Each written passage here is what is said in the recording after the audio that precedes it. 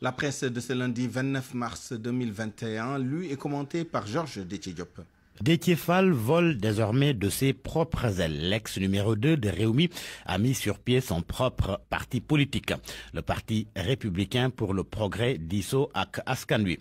Le lancement a eu lieu hier dimanche et la presse du jour en rend compte.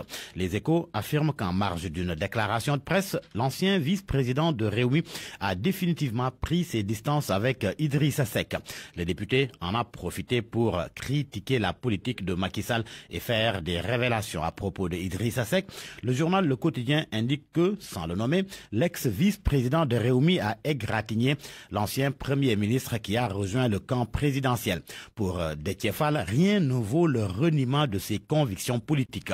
Le nouveau chef de parti qui a fait savoir par ailleurs que son salaire de député et son carburant sont offerts à la population et qu'il a refusé le terrain de 250 mètres carrés de l'Assemblée nationale. Autant de choses qui font dire au journal Les Échos que Déthié Fall descend, il dit et lâche des bombes. Pour Tribune, il met du sable dans le Mburu Akso. Après la création de son parti, s'oppose, si l'on se réfère à l'Observateur, l'équation de son mandat de député. Mon confrère se pose la question de savoir si le député qui a bénéficié du quota de son ancien parti pourra garder son siège. Déthié Fall fait partie de la crielle de responsables politiques démissionnaires du parti Rewmi. Source A le cite avec Thierno Bokoum, Abdourahmane Diouf et Pape Diouf seulement. Le journal affirme qu'ils sont tous des poids plumes. Personne d'entre eux n'a remporté la plus petite élection dans son fief. À la une de l'AS, l'UMS recadre le M2D. Le journal note que la dernière déclaration du mouvement pour la défense de la démocratie sur les 22 manifestants toujours en détention à Diourbel a suscité une vive polémique. Si certains considèrent leur sortie comme une manière de mettre en mal le juge Mbow avec le khalife général des Mourides, l'Union des magistrats sénégalais y voit des menaces inadmissibles envers leurs collègues. L'UMS, dont le président compte poursuivre Madiambal Diagne en justice. En effet, dans le grand jury de RFM, le journaliste Madiambal Diagne a reproché à Souleymane Teliko d'avoir perçu des frais de mission de la part de l'État tchadien dans le cadre du procès de Hissène Habré, ce que le président de l'UMS ne compte pas laisser passer. Source A nous apprend à cet effet que Souleymane Teliko a décidé de lui servir une citation directe dans le courant de cette semaine. Il a même choisi 2 ténors du barreau pour s'acquitter de cette formalité. Toujours dans Source A, ce rebondissement dans l'affaire du chèque de 50 millions de francs CFA offert aux familles des victimes des violentes manifestations nées de l'affaire Ousmane Sonko.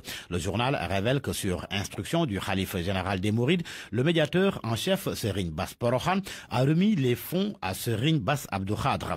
Selon mon confrère, tout s'est passé lors d'une audience au terme de laquelle Serigne Bass Porokhane est retourné chez lui, a pris le chèque et l'a remis à son cousin et ancien ministre Khadim Diop pour que ce dernier le restitue au porte-parole de Serigne Mountakha.